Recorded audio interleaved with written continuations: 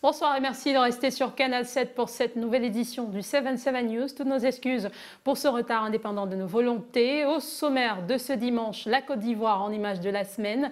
Simone Gbagbo, l'épouse de l'ex-chef d'État ivoirien, Laurent Gbagbo, condamné à 20 ans de réclusion en mars 2015 pour son rôle dans la crise post-électorale de 2010-2011, ne sera toujours pas jugé à La Haye. Ceci malgré les multiples demandes de la Cour pénale internationale. Le fait de la semaine nous conduira en République démocratique du Congo. Moïse Katumbi vient d'être inculpé par le parquet de Kinshasa pour recrutement de mercenaires.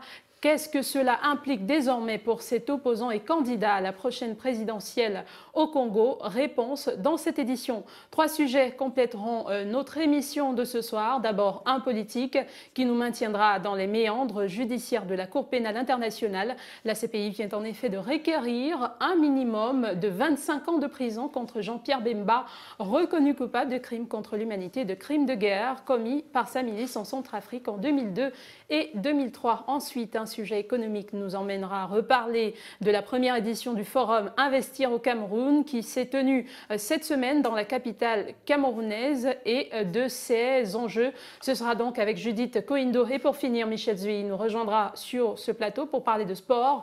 Les qualifications pour la CAN de football 2017 battent leur plein et l'équipe camerounaise retient notre attention particulière ce soir.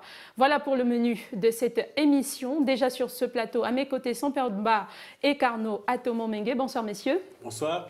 Bonsoir. Bienvenue et on se dit à tout de suite.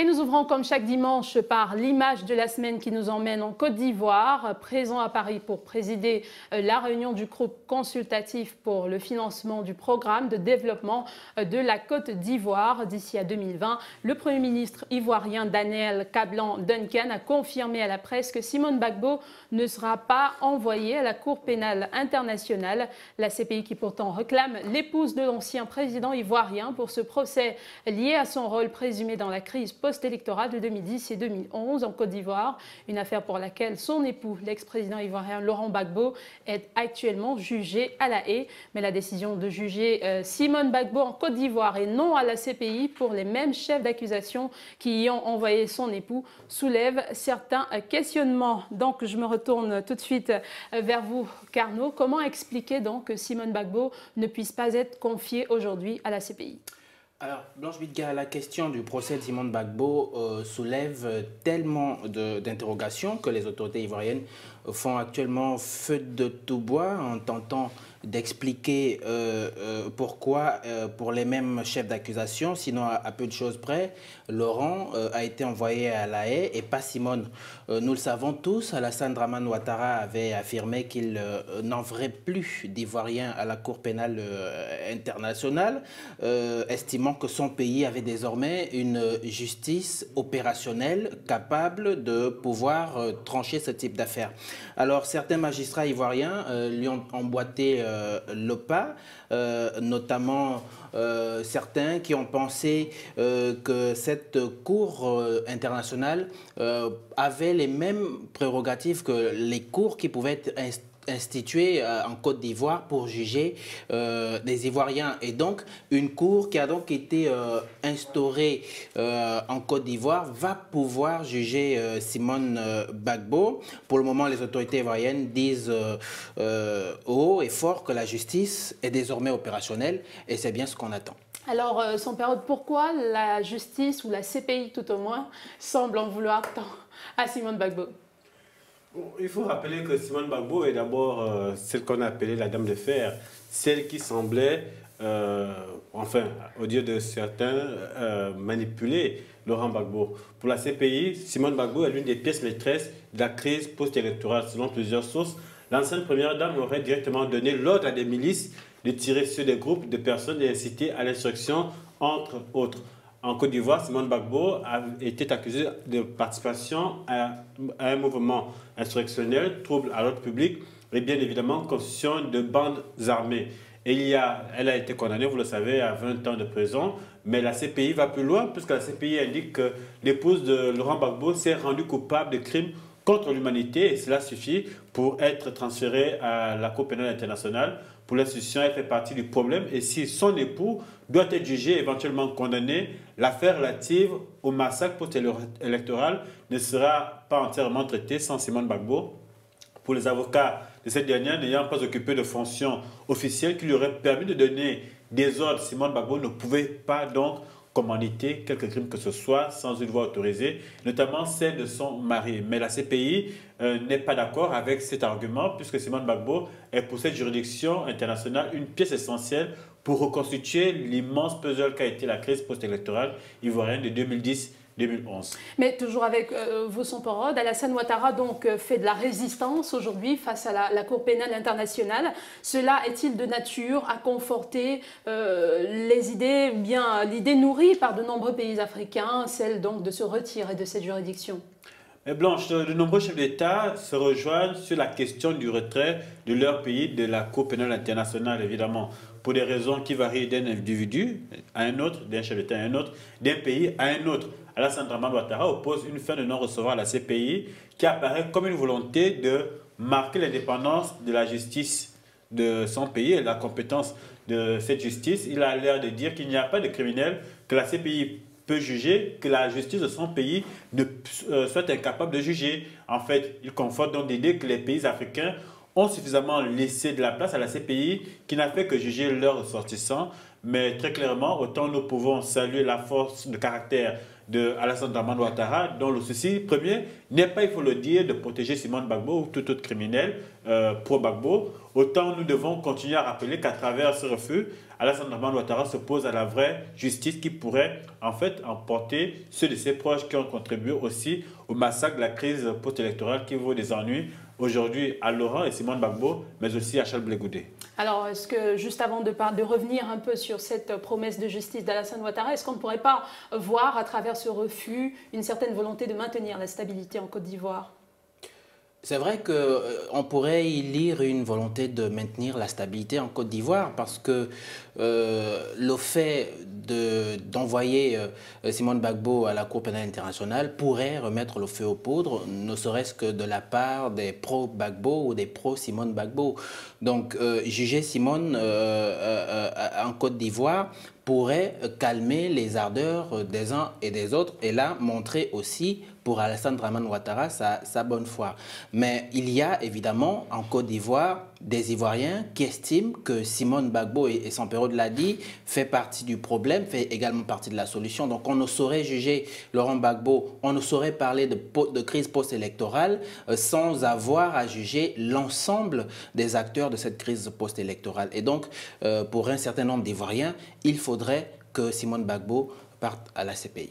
Mais pour revenir donc, comme je le disais, à cette promesse de justice, est-ce que vous pensez qu'Alassane Ouattara pourrait la tenir, de ne plus jamais juger d'Ivoiriens sur Alors, à la CPI? la question que nous sommes en droit de nous poser en tant qu'observateurs est de savoir si le président Alassane Ouattara pourra réellement tenir ses promesses de justice équitable, car la demande de justice en Côte d'Ivoire ne s'est pas atténuée avec le temps simplement. Tous les responsables des exactions doivent être punis, Sampero l'a dit, et ce n'est qu'à ce prix, c'est-à-dire au prix du travail de la justice, que les Ivoiriens vont se pardonner mutuellement.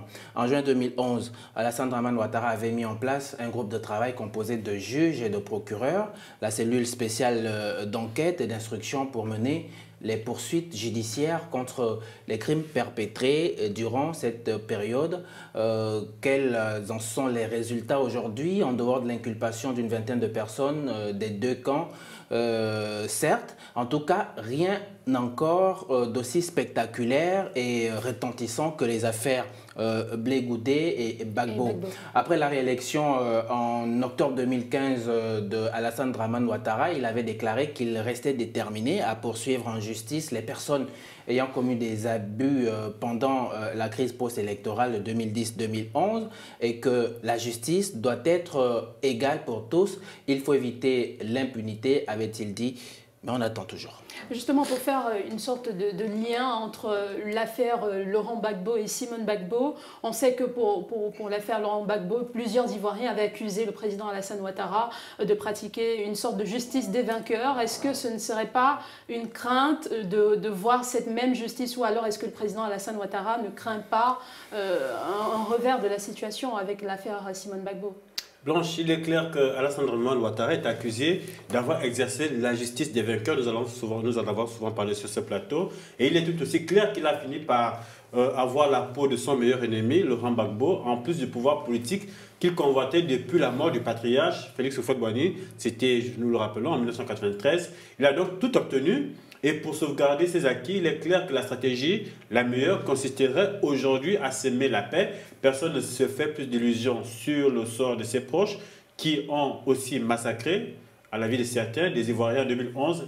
Ils ne seront pas jugés, en tout cas pas sous Alassane Ouattara. Et pour ne pas trop remuer la plaie, il vaut mieux s'abstenir de transférer Simone Gbagbo, qui est une icône, un monument, et qui a le mérite de faire encore l'unanimité auprès de nombreux fils et filles de la Côte d'Ivoire. Donc, pour compléter, Alassane Ouattara a tout à fait raison de ne pas transférer Simone Gbagbo. Et d'ailleurs, il gagnerait encore plus à faire réduire sa peine, vu les conditions du procès et vu aussi la justice partisane qui a rythmé le pays ces dernières années. Alors, Carnot, pour finir avec cette image de la semaine, le chantier de la réconciliation en Côte d'Ivoire, finalement, la quadrature du cercle.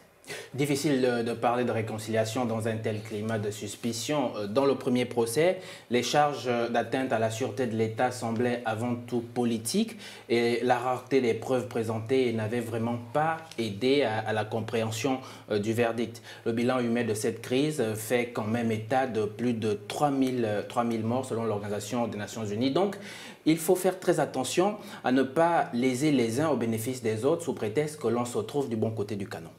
Voilà, c'était donc l'image de la semaine. Direction à présent la République démocratique du Congo pour le fait de la semaine, où le parquet vient d'inculper ce jeudi le candidat à la présidentielle et opposant, Moïse Katumbi, pour atteinte à la sûreté intérieure et extérieure de l'État. Cette décision trouve ses origines dans les accusations de recrutement de mercenaires étrangers, notamment américains. Le reportage d'Edina Koussu en revient pour le débat. C'est un scénario inattendu qui vient de se produire en République démocratique du Congo. Soupçonné d'avoir recruté des mercenaires étrangers en vue de déstabiliser le régime Kabila, l'opposant et candidat à la présidentielle Moïse Katumbi a été ce jeudi inculpé par le parquet pour atteinte à la sûreté intérieure et extérieure de l'État. Des informations rendues officielles par le cabinet du procureur général de la République démocratique du Congo. Quelques heures plus tôt, le porte-parole du gouvernement congolais, Lambert Mende, avait confirmé cette inculpation de l'opposant. Selon de nombreux observateurs, cette décision de justice s'ajoute à la longue liste des procès politiques que l'on retrouve sur l'ensemble du continent africain. C'est donc la justice des vainqueurs sur les plus faibles. De l'avis d'une source proche du parquet, face à cette trahison qui est retenue comme atteinte à la sûreté extérieure de l'État, Moïse Katumbi risque la peine de mort, conformément aux dispositions du code pénal congolais, surtout que cette sentence reste en vigueur dans ce pays africain. Pendant que Moïse Katumbi est encore hospitalisé, après avoir été brutalisé le 13 mai dernier par les forces de l'ordre, selon la défense, la réaction de ses avocats reste très attendue. Alors, Carnot Ateomenge, que reproche-t-on exactement à Moïse Katumbi? Alors, bien qu'il ait toujours démenti, employé des mercenaires ou de fomenter une rébellion, l'opposant présenté comme l'un des principaux rivaux du président Joseph Kabila est poursuivi pour atteinte à la sécurité intérieure et extérieure de l'État de la République démocratique du Congo. Des accusations également balayées par l'ambassade des États-Unis à Kinshasa. Ce qu'il faut dire, c'est que l'enquête avait été lancée après l'arrestation en avril d'un des gardes du corps américain, de l'ex-gouverneur et de plusieurs autres employés. Depuis, le gouvernement et l'ancien gouverneur se regardent en chien de faïence. On le sait, Moïse Katumbi est dans le viseur des durs du pouvoir depuis sa défection du parti de Kabila. Plusieurs de ses proches, dont son ancien directeur de cabinet, ont été arrêtés également en avril et en mai à Lubumbashi, la capitale du Haut-Katanga.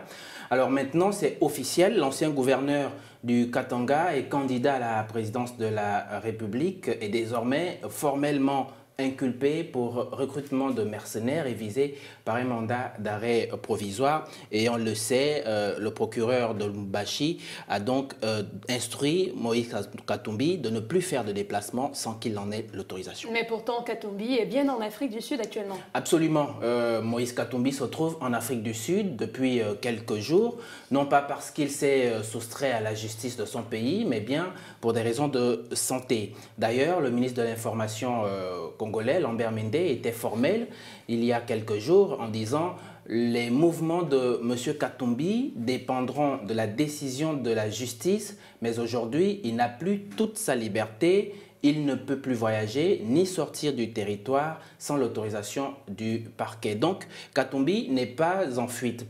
Pourquoi est-il subitement malade? Vous allez me demander. Eh bien, alors qu'il se rendait au tribunal avec ses partisans pour être entendu, il avait lui-même essuyé des tirs de gaz lacrymogène dans une altercation entre ses partisans et les forces de police. Des images montrant Katumbi allongé sur un lit d'hôpital ont circulé sur les réseaux sociaux. C'est donc la raison pour laquelle il a été expatrié, une expatriation contrôlée. Et justement, Carnot fait bien d'évoquer la question de ces problèmes de santé subis. Est-ce qu'on pourrait voir en cela un subterfuge, vous pensez? Comme Carnot vient de le dire, Moïse Katumbi a été l'une des principales victimes des altercations que ses partisans ont eues avec les forces de police ce jour-là où il arrivait au palais de justice. Et comme lui, son frère aussi a été victime, on évoque pour l'ancien gouverneur du Katanga un problème respiratoire. Et les photos qui ont circulé dans la presse et sur les réseaux sociaux permettent de comprendre que quelque chose s'est réellement passé ce jour-là. Maintenant, l'inculpation de Moïse Katumbi, susceptible de déboucher sur une condamnation, peut-être, disons-le, une raison pour celui-ci de tenter de s'échapper et par la suite de s'en remettre à la diplomatie pour qu'à son retour, il soit libre, du moins qu'il soit capable de prendre part à la présidentielle qui aura lieu dans 14-15 mois. Donc il faut voir comment les soins de Moïse Katumbi vont évoluer pour savoir s'il ne s'agit pas vraiment d'un subterfuge ou d'une stratégie purement politicienne. Est-ce qu'on a des nouvelles de son état actuel? Alors actuellement, selon un de ses proches, il se trouve en observation dans un hôpital du centre-ville à Johannesburg où il a subi des examens médicaux toute la journée de samedi. Pas de détails sur les examens en question, mais cette même source précise que l'opposant a des problèmes, comme vient de le dire Sampero, des problèmes respiratoires suite à cette altercation avec la police où des gaz lacrymogènes, on le précise encore, ont été tirés par les forces de l'ordre. Il serait en compagnie de sa femme et d'un médecin. Mais selon une autre source, Sampero l'a également dit, son frère Abraham Katumbi serait également présent en Afrique du Sud, lui aussi blessé au visage par des jets de pierre lors de la même altercation avec la police. Alors, Sampero, est-ce qu'avec toute cette affaire, déjà les raisons de santé et également cette inculpation de Moïse Katumbi, est-ce qu'on peut dire qu'il est d'ores et déjà hors jeu pour la présidentielle de cette fin d'année au Congo? Pour certains, oui. Comme l'a dit Carnot, la présidentielle n'aura sans doute pas lieu cette année, hein, en 2016, peut-être en 2017. C'est possible. Voilà. Katumbi a donc le temps de se faire soigner, de se rétablir et de revenir dans son pays, soit pour un procès qui pourrait finir par une condamnation, soit pour un jugement en sa faveur. Disons simplement que rien n'est encore décidé, il faudra attendre.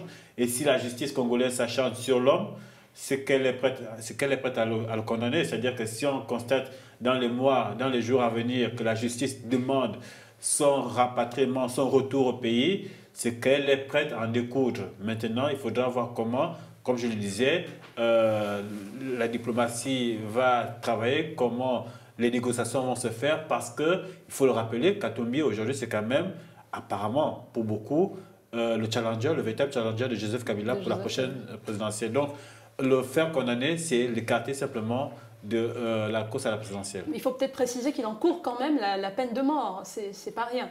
C'est pas rien, il encourt quand même la peine de mort. Et quand on connaît le poids politique de Moïse Katumbi sur l'échiquier de la République démocratique du Congo, on peut dire que cela pourrait remettre le feu aux poudres dans ce pays. D'accord. Et vous parliez tout à l'heure de cette présidentielle du président Kabila. Il n'a toujours pas réagi quant à cette inculpation de Moïse Katumbi. Comment est-ce qu'on peut lire cette histoire?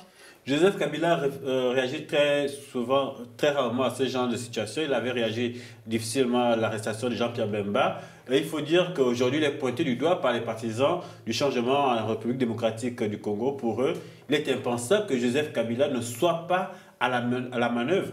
Moïse Katumbi est apparu très rapidement comme une menace devant Joseph Kabila, on l'a dit sur ce plateau. Le fait que ce soit au lendemain de l'annonce de sa candidature à la présidentielle que l'affaire du recrutement des mercenaires a éclaté, cela est une preuve supplémentaire pour eux que le pouvoir incarné par Joseph Kabila est dans une logique de règlement de compte face à un homme qui jouit d'une réelle popularité. On a vu au cours de nombreux reportages, même sur les antennes de Canal 7, lors de sa toute première audience, la première journée au Palais, il y avait des partisans qui étaient là, qui ont d'ailleurs été réprimés de façon violente par la police. Aujourd'hui, quelle est la situation à Kinshasa ? Alors, Blanche, selon la Commission électorale nationale indépendante, la présidentielle et les élections locales pourraient accuser un retard d'au moins 14 à 16 mois, le temps de trouver des financements et de revoir le fichier électoral de 2011 pour y inclure les Congolais ayant depuis atteint l'âge de 18 ans. L'opposition mobilisée contre un report de la présidentielle prévu le 27 novembre a appelé à de grandes marches de protestation dans les rues de Kinshasa et dans les grandes villes du Congo le 26 mai prochain. Donc, elle dénonce l'avis de la Cour constitutionnelle autorisant Joseph Kabila à se maintenir au pouvoir tant qu'un nouveau président n'a pas pris ses fonctions. C'est dire si la situation blanche est très tendue en République démocratique du Congo et à Kinshasa particulièrement. Et l'affaire de Katumbi n'est pas pour arranger les choses? Absolument pas.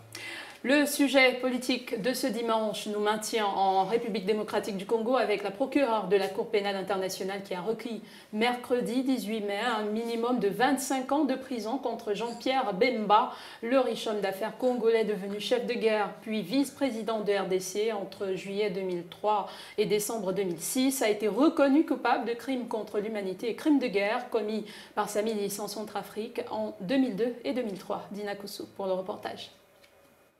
5 ans après l'ouverture de son procès en novembre 2010 à la Cour pénale internationale, le Congolais Jean-Pierre Bemba, qui comparaissait depuis lundi à La Haye pour 3 jours d'audience, a vu ce mercredi le bureau du procureur de la CPI prescrire une peine minimum de 25 ans de prison contre ce dernier. De l'avis de certains hommes de loi, il y a 2 circonstances aggravantes. D'une part, la commission des crimes à l'encontre de victimes particulièrement vulnérables, et d'autre part, la commission de ces crimes avec une cruauté toute particulière. Durant ces 3 jours d'audience, les 3 juges de la CPI ont entendu de nouveaux témoignages, les réquisitions du ministère public ainsi que les plaidoiries de la défense. Durant ce procès, la partie défenderesse a tenté de démontrer que Jean-Pierre Bemba et sa milice avaient joué un rôle dans l'établissement de la paix et de la stabilité dans la province de l'Équateur, située au nord-ouest de la RDC. Le riche homme d'affaires, Jean-Pierre Bemba, âgé de 53 ans, a été l'un des 4 vice-présidents de juillet 2003 à décembre 2006 du gouvernement de transition de l'actuel chef de l'exécutif congolais Joseph Kabila. Il était devenu chef de guerre après avoir perdu au 2e tour de l'élection présidentielle contre le président Kabila. Alors, on reste dans le sillage de la justice. L'affaire ou bien le procès de Jean-Pierre Bemba, un procès plutôt fleuve, mais à présent, il semble que l'on touche à la fin de cette affaire. Qu'est-ce qu'on peut retenir finalement ? Oui, Blanche, ce qu'il faut tout d'abord retenir, c'est qu'au cours de son procès qui aura duré 4 ans, de 2010 à 2014, Jean-Pierre Bemba n'a pas nié que des crimes aient été commis par ses troupes, mais il affirmait qu'une fois en Centrafrique, les hommes du MLC n'étaient plus sous son commandement, mais sous celui des forces armées centrafricaines.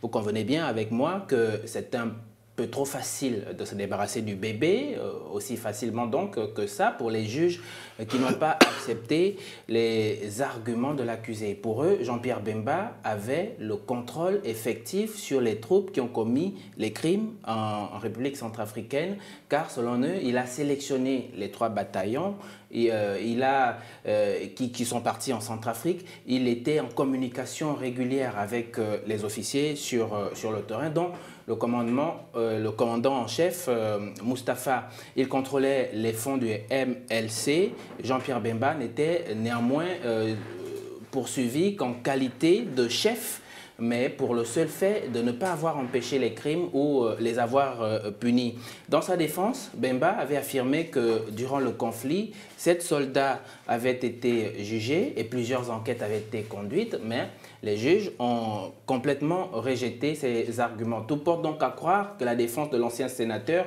a eu du mal à convaincre le procureur, et c'est ce qui lui a valu ce réquisitoire du procureur, 25 ans de prison. Une défense qui s'est quand même battue, bec et ongle. Est-ce qu'elle aurait pu sauver Jean-Pierre Bemba?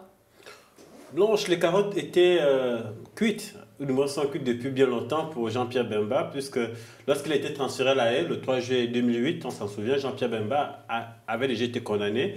Du moins, à ce moment, il est condamné par contumace par une cour belge à 1 an de prison ferme pour traite d'êtres humains. Un procès qui s'est conclu pour lui par un non-lieu, heureusement. À l'époque, les Nations Unies avaient déjà accusé les miliciens de Jean-Pierre Bemba de viol en série, de pillage, de massacre, voire de cannibalisme. Les accusations de crimes sexuels, crimes de guerre et crimes contre l'humanité commis lors des incursions de ces troupes en République centrafricaine, comme disait Carnot, pendant la période allant du 25 octobre 2002 au 15 mars 2003 sont alors pour lui comme un étau qui se resserre. Le travail s'avérait donc très difficile pour les avocats de Jean-Pierre Bemba, qui à cette époque n'avaient pas demandé la mise en liberté provisoire de leurs clients, attendant effectivement d'être en possession de toutes les pièces transmises par le procureur avant de se prononcer.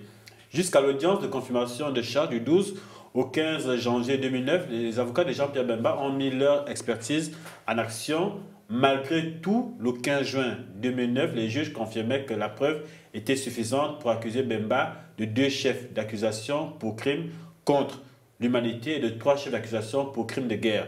Donc, Jean-Pierre Bemba ne reprochera pas à ses avocats de ne pas s'être battu, disons-le comme ça. Il avait beaucoup trop de casseroles derrière lui et les faits pour lesquels il était accusé étaient si graves qu'il était difficile d'imaginer que l'ancien vice-président de la RDC et adversaire politique de Joseph Kabila, son adversaire de premier plan, puisse s'en sortir. Alors des casseroles, comme dit Sampero, d'une gravité avérée, est-ce que c'est ce qui justifierait cette réquisition de la CPI? Absolument, Blanche. 5 fois coupable, l'ancien vice-président de la République démocratique du Congo a été reconnu 5 fois reconnu coupable de 2 crimes contre l'humanité et 3 crimes de guerre commis en République centrafricaine entre 2002 et 2003, Sampero l'a dit, des viols, des meurtres, des pillages commis par les soldats du mouvement pour la libération du Congo, sa milice envoyée au service du président centrafricain Feu Ange Félix Patassé contre les rebelles du général Bozizé.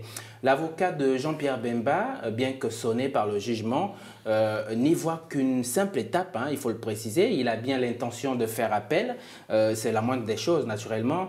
Et contrairement à ce que vous avez dit, le processus pourrait encore être très long, car Jean-Pierre Bemba est poursuivi dans une seconde affaire pour outrage à la cour. Le procureur l'accuse de subornation de témoins. Pour l'instant, le verdict sur ce dossier n'a pas encore été rendu. L'issue de ce second jugement pourrait avoir un impact sur la décision finale. La sentence fera donc l'objet d'une nouvelle étape et ne sera pas prononcée avant plusieurs semaines. Donc, on ne touche pas, véritablement pas encore, à la fin de ce procès. Mais tel que les choses se présentent, Jean-Pierre Bemba pourrait facilement finir sa vie en prison. Non, aujourd'hui, Jean-Pierre Bemba, il a 54 ans. Il est né en 1962. Donc en 2016, il a 54 ans. Il va prendre 25 ans de prison dans les prochaines semaines. Le calcul fait nous amène à l'année 2041. Jean-Pierre Bemba aura alors 79 ans. S'il est condamné pour d'autres affaires, comme cela est prévisible, comme le disait Carnot, Jean-Pierre Bemba se retrouvera en prison à l'âge de 80 ou 90 ans, disons-le comme ça. Est-ce qu'il a la santé pour tenir aussi longtemps? Aurait-il envie d'ailleurs de rester en prison jusqu'à cet âge? Quoi qu'il en soit, Jean-Pierre Bemba devrait passer le reste de sa vie en prison. Et s'il devait en sortir libre, c'était un homme usé et vieilli qui serait rendu à ses parents et aux Congolais qui tiennent encore à lui. Mais la leçon à tirer aussi de cette condamnation de Jean-Pierre Bemba, c'est la fin de sa carrière politique. Ça en est terminé de l'homme qui a fait le poids face à Joseph Kabila, notamment au début des années 2000. Ça avait fini de l'influent opposant qui s'était engagé en 2006 à militer de façon républicaine après les affres qu'on lui reproche. Ça n'est certainement fini de cet Africain qui a contribué à faire naître en Afrique une autre forme de service criminel, disons-le comme ça. L'offre des soldats, cette offre de service, c'est l'offre des soldats donc, étrangers pour pratiquer le cannibalisme, le viol et toute autre forme d'acte déshumanisant condamnés par les différentes conventions relatives aux droits des civils dans les conflits armés dans le monde. Alors Carnot, pour finir, comment cette affaire pourrait servir d'histoire, ce jugement de Jean-Pierre Bemba, quelle que fût l'issue, comment cela pourrait servir l'histoire africaine? Alors, les hommes d'État africains devraient tirer les leçons de ce jugement.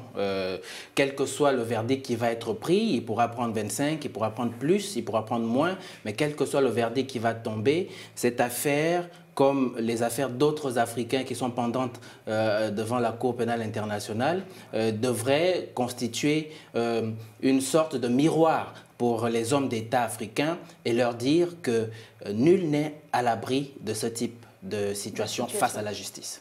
Et nous accueillons dans quelques instants Judith Koindo pour parler d'économie. La première édition du forum Investir au Cameroun s'est ouverte ce mardi. La première édition qui s'est ouverte donc ce mardi 17 mai dans la capitale camerounaise, à Yaoundé. Une rencontre censée mettre en avant les attraits économiques du Cameroun. Le compte rendu est signé Judith Koindo.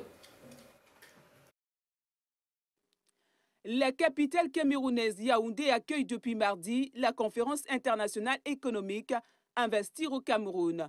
Placé sous le thème Investir au Cameroun, terre d'attractivité, cet événement de 2 jours parrainé par le président de la République, Paul Biya, a pour objectif de présenter à près de 500 participants venus d'Afrique et du monde les opportunités d'affaires qu'offre le pays. C'est aussi un cadre d'échange pour répondre à des questions et en proposer des solutions en vue d'améliorer les conditions d'investissement dans ce pays dont le taux de croissance annuel est de plus de 5%. Le président camerounais a reconnu lors de son allocution que réputée mal partie, l'Afrique serait devenue un continent d'avenir. L'Afrique, où l'État tient une place prépondérante dans l'économie, doit devoir s'habituer à l'entreprise, promettant de faciliter la rencontre entre porteurs de projets et investisseurs. Quant à l'ancien président de la Commission européenne et ancien Premier ministre de la République portugaise, José Manuel Barroso, a reconnu que l'intégration régionale est indispensable. L'Afrique est la grande réserve de la croissance au niveau mondial. Cet événement s'est articulé ce mardi autour d'une série de 5 tables rondes. Celle-ci donne l'occasion à plusieurs intervenants camerounais et internationaux de présenter le Cameroun, de partager les expériences et de faire des recommandations. La journée d'aujourd'hui s'est exclusivement consacrée aux investisseurs et aux acteurs opérationnels, ainsi qu'à la présentation des projets. Des ateliers en comité restreint ont permis de découvrir et de discuter de projets prioritaires rigoureusement sélectionnés. Bonsoir Judith. Bonsoir Blanche. Bienvenue. Alors, Investir au Cameroun, une conférence qui s'est tenue cette semaine à Yaoundé. De quoi est-ce qu'il s'agit exactement? Alors, c'est une conférence économique internationale, Blanche Biga, sur les opportunités d'investissement au niveau du Cameroun, qui a eu lieu les 17 et 18 mai 2016 dans la capitale camerounaise, Yaoundé. Cette conférence avait pour thème Investir au Cameroun, terre d'attractivité. Et c'est un événement qui a duré 2 jours, comme je le disais tantôt, et a été parrainé par le président de la République camerounaise, Paul Biya. Alors, Paul Biya a reconnu qu'en Afrique, l'État tient une place prépondérante dans l'économie et doit devoir s'habituer à l'entreprise. Et il a de ce fait promis de faciliter la rencontre entre les porteurs de projets et investisseurs. Alors, José Manuel Barroso, ancien président de la Commission européenne et ancien Premier ministre de la République portugaise, a de son côté, lors de son intervention, reconnu que l'intégration régionale est indispensable et que l'Afrique est la grande réserve de la croissance au niveau mondial. Il a défendu par conséquent les accords de partenariat économique de négociation entre l'Afrique et l'Union européenne. Selon lui, il ne s'agit pas seulement d'aider l'Afrique ou encore de lui ouvrir la voie pour des investissements. Il faut aussi permettre au continent d'accéder à un gros marché pour sa production. Voilà. Quel était donc l'objectif de cette conférence? Alors Blanche Biga, cette conférence avait pour objectif de présenter à près de 500 participants venus de l'Afrique et du monde les opportunités d'affaires qu'offre le Cameroun. C'était aussi un cadre d'échange pour répondre à des questions et aussi en proposer des solutions en vue d'améliorer les conditions d'investissement dans ce pays dont le taux de croissance annuel est de plus de 5%.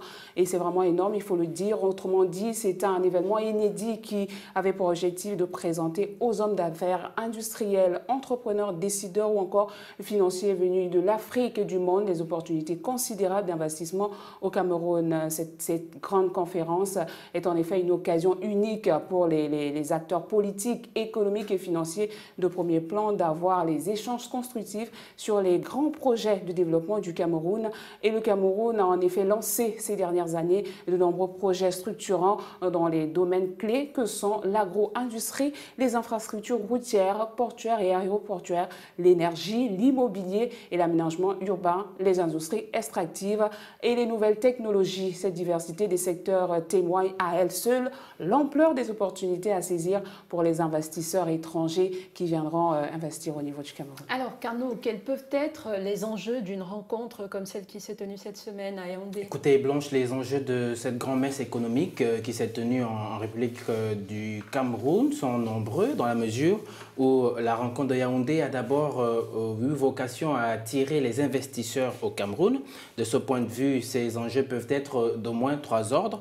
Nous pouvons d'abord affirmer que c'est la diplomatie qui va d'abord en tirer profit. Sur le plan diplomatique, en effet, cette conférence internationale a fait de Yaoundé une plaque tournante de la diplomatie économique. Parmi les plus de 500 participants à cette rencontre internationale, on en a pu compter des intellectuels camerounais, africains et étrangers. On a vu d'actuels et d'anciens représentants des institutions de développement en Afrique et dans le monde, mais aussi tout naturellement des investisseurs, des grands capitaines d'industrie nationale et internationale et des financiers.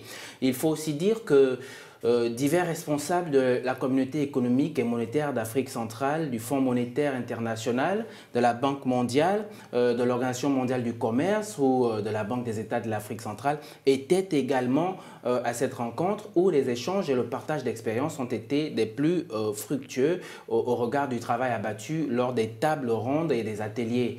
Sur le plan économique et commercial, cette rencontre a fait de Yaoundé une destination d'affaires, naturellement, pour les investisseurs étrangers. Elle a constitué un cadre de réflexion sur les moyens qui peuvent rendre le pays plus compétitif sur le plan économique, du moins, et envisager ainsi une sérieuse diversification de l'économie camerounaise. Alors, qu'est-ce qu'on peut retenir finalement de ces 2 jours à Yaoundé?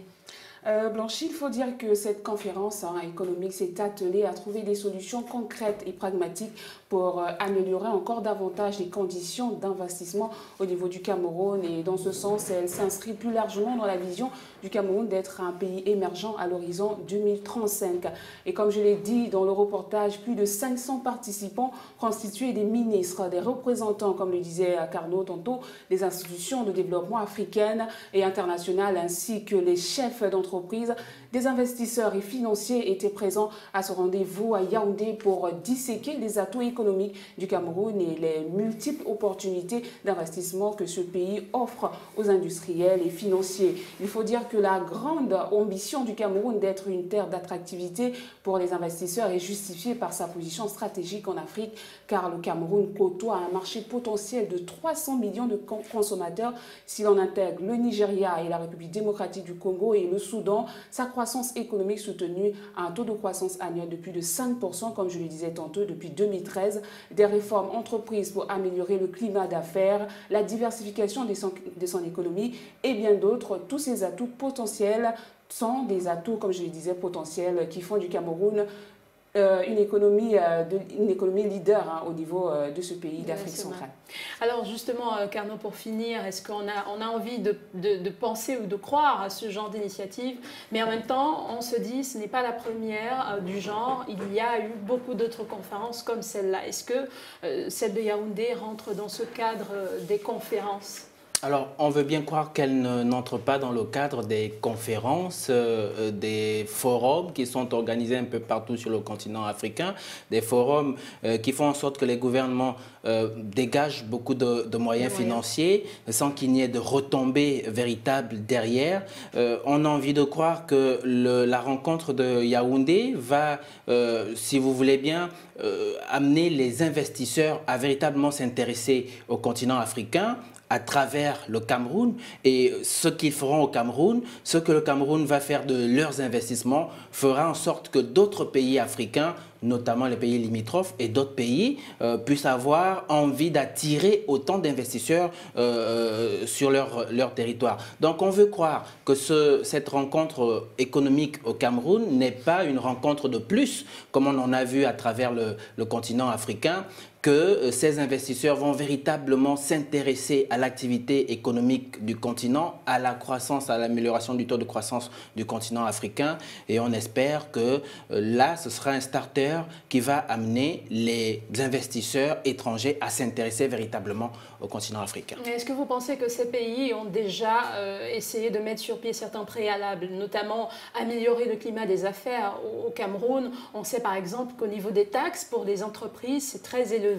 Et ce n'est qu'un exemple parmi tant d'autres. Est-ce qu'il ne faudrait peut-être pas commencer par là, comme préalable? Absolument, il faut améliorer le climat des affaires. Et c'est pour cela que vous allez voir un certain nombre de pays mettre en place ce qu'on appelle les zones économiques spéciales. Et là, ce sont ces zones-là qui feront en sorte que les investisseurs arrivent en grand nombre, puisqu'on ne leur impose pas un certain nombre de taxes à partir de ces zones économiques spéciales. Et là, s'il y a une multitude, absolument, s'il y a une multitude de zones économiques spéciales à travers le continent africain, naturellement, les investisseurs vont arriver. C'est le cas à Dubaï. Hein, c'est véritablement, le Gabon également, où il y a une zone économique spéciale en coque, à côté de Libreville. Mais c'est le cas de Dubaï parce que Dubaï constitue aujourd'hui l'exemple que les pays africains veulent suivre.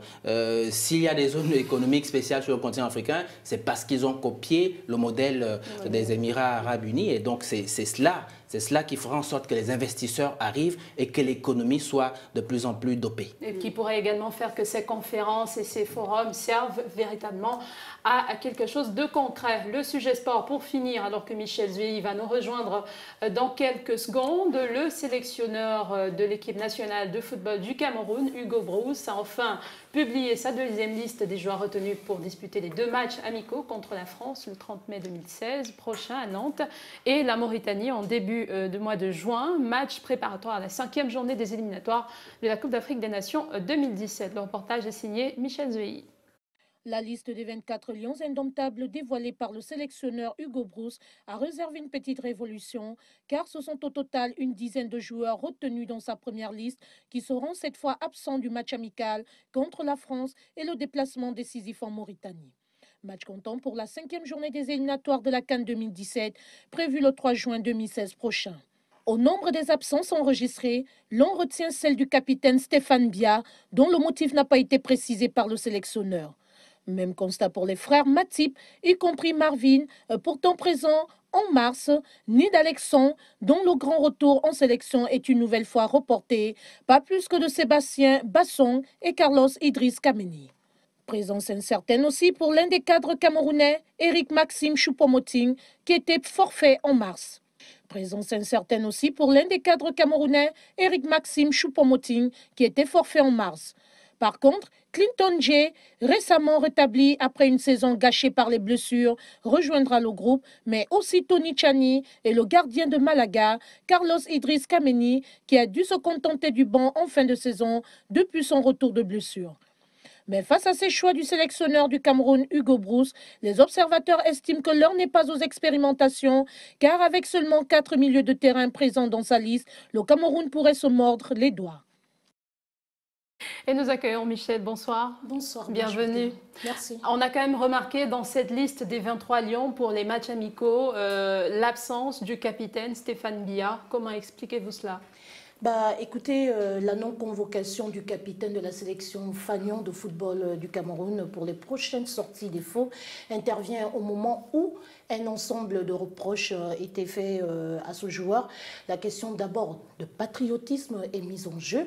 Il s'avère que lorsque les éléments de la secte Boko Haram massacraient des innocents camerounais dans la partie septentrionale, l'ancien joueur de l'Olympique de Marseille, dont Stéphane Bia, qui était à l'époque sociétaire de la Turquie, avait saisi les autorités turques pour demander l'infiltration, effectivement, l'exfiltration, autant pour moi, des membres de sa famille sous prétexte qu'ils habitaient une zone prise pour cible par la secte islamiste. Donc du coup, malgré le démenti qu'il a fait à propos de telles allégations, les autorités turques n'avaient pas infirmé l'information, d'où cette attitude du leader d'une équipe présentée comme symbole de l'unité nationale avait alors courroucé nombre de Camerounais. Donc il lui a été également reproché entre autres, le manque d'état d'esprit d'équipe. Il s'avère que lors de la dernière rencontre Cameroun-Afrique du Sud, disputée le 26 mars dernier à Limbé, le débat a été houleux effectivement dans les vestiaires et donc du coup, il reprochait à ses coéquipiers de ne pas s'être impliqués dans le cadre de ce match et il s'est soustrait. Du coup, ça n'a pas plu à ses coéquipiers qui lui ont fait ce reproche qu'il n'est pas normal que toi, tu te dissocie effectivement de ce qui nous arrive ce soir, alors qu'à l'époque, un comme Samuel Eto'o passait son temps effectivement à jouer le rôle de leader et d'aîné. Donc, ce sont un peu ces quelques reproches qui sont faits à l'endroit du joueur, ces quelques critiques, et on constate aujourd'hui que le joueur est renfermé, il fait donc l'objet effectivement de ce débat au sein de la fédération. Et du coup, Hugo Broos, lui, il a rappelé que les antennes de la radio nationale, sur les antennes de la radio nationale, que Stéphane Bia est suspendu tout simplement en raison du carton rouge qu'il avait écopé lors du dernier match amical Cameroun-Nigeria en octobre dernier. Mais bon, par ailleurs, le technicien annonce que le club employeur de ce dernier voulait quand même atteindre des objectifs par rapport à ce match qui se prépare.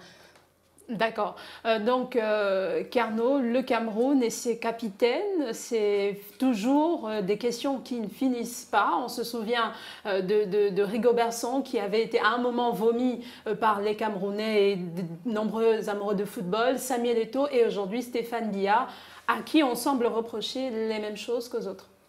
Absolument, c'est bien ce qu'on semble reprocher à Stéphane Bia. Visiblement, la tanière d'Alion est encore loin de recouvrer sa sérénité, tant convoitée. Il est clair que depuis cet incident, Stéphane Bia est accusé non seulement d'être l'instigateur du désordre, mais aussi d'imposer un certain nombre de vues à ses coéquipiers. Par exemple, la présence dans le groupe de son demi-frère, Franck Etoundi. Naturellement, il est voué aux gémonies, Stéphane Bia, tant par les supporters que par les dirigeants qui désirent ardemment instaurer un nouvel ordre au sein d'un groupe en permanente reconstruction parce que fragilisé par d'interminables conflits d'ego. Même si le sélectionneur belge tente de sauver les apparences en donnant des raisons politiquement correctes pour justifier l'absence du capitaine, il parle de son indisponibilité annoncée en club, entre autres. Il n'en demeure pas moins vrai qu'il y a un véritable problème, Stéphane Bia. Ce qu'il faut dire, c'est que Hugo Broos joue à cache-cache, il faut le dire simplement. Il refuse d'avouer que Bia est indésirable aujourd'hui au sein des Lions. Mais outre ces problèmes de discipline, on sait que Stéphane Bia est en baisse de forme, contrairement à ses concurrents directs du milieu de terrain que sont Eno Eyon, Georges Mandjek ou Sébastien Siani, qui sont plus percutants aujourd'hui et donc qui peuvent justifier le fait que Stéphane Bia n'ait pas été appelé par le sélectionneur national. Mais justement, ça nous ramène à cette question. Ce n'est pas un problème qui est nouveau.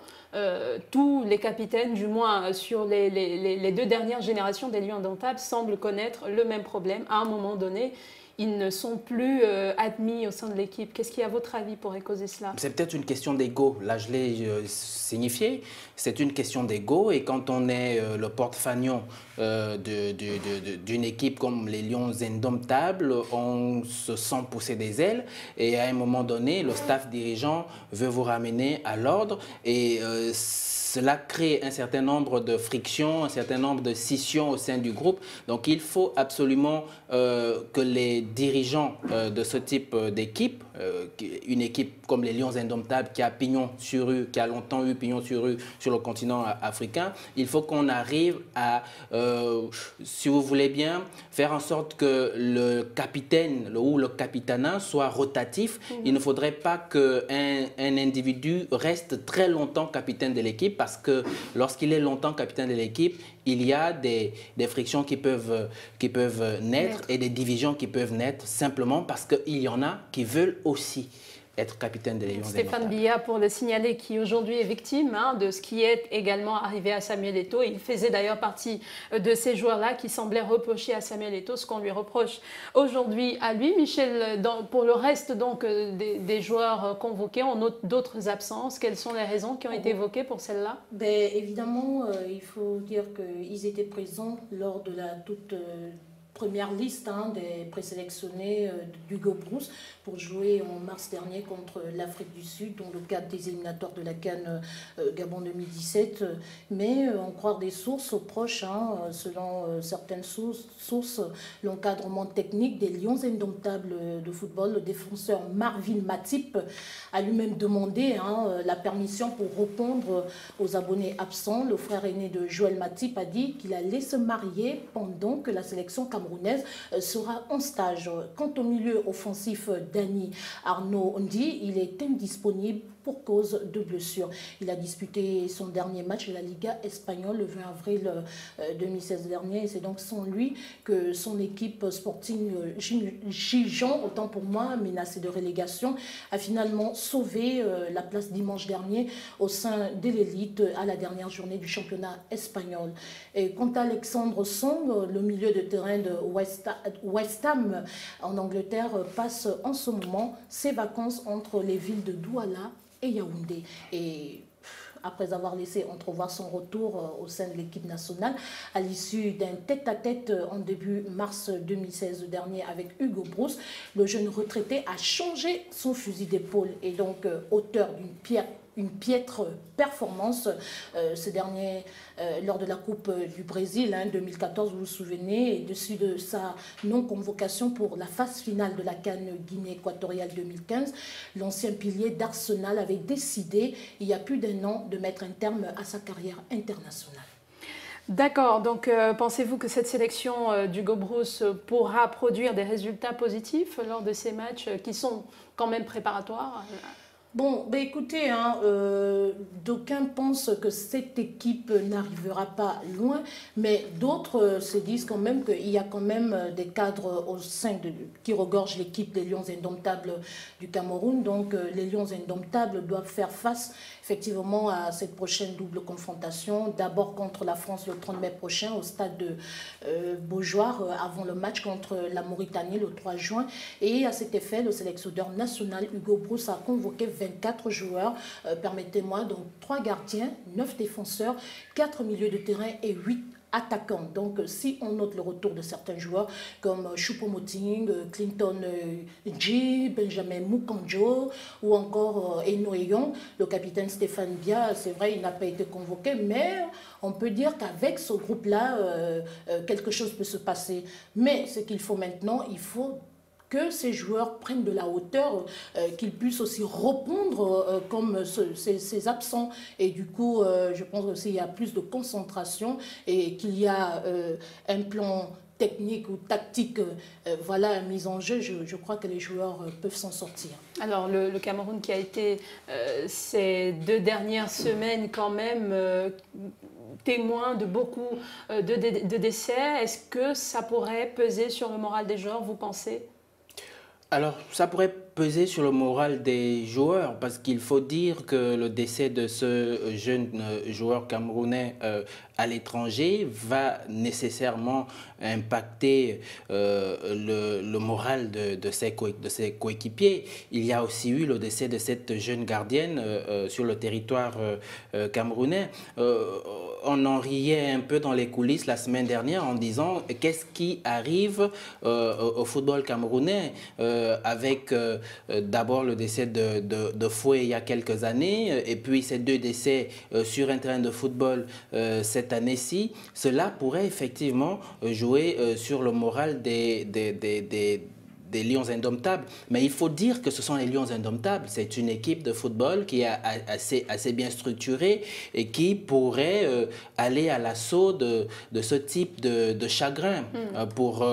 Déjà qu'ils sont habitués après Fouet en 2003. Absolument. Donc, ils peuvent absolument surmonter cela, même s'il y aura du chagrin, mais ils vont surmonter parce qu'ils veulent faire flotter les couleurs du Cameroun lors de la CAN 2017. Et pour ces 2 matchs qui vont se jouer, ils ne voudraient pas aller en victime expiatoire. Donc, ils vont peut-être mettre de côté cette petite détresse ou cette grande détresse, c'est selon, et penser se concentrer sur les 2 matchs contre la France et contre la Mauritanie. Puisqu'on vous tient, Michel Zueyi, peut-être un clin d'œil aux Panthères du Gabon, des nouvelles de ce côté-là, des matchs en préparation? Bien sûr, du côté des Panthères, à l'heure actuelle, les Panthères du Gabon se trouvent du côté de l'Espagne à Barcelone. Le regroupement est prévu le 24. Effectivement, il y a des joueurs qui partent d'ici, tels que Bruno Ekole-Manga, tels que Stéphane Bitsekimoto.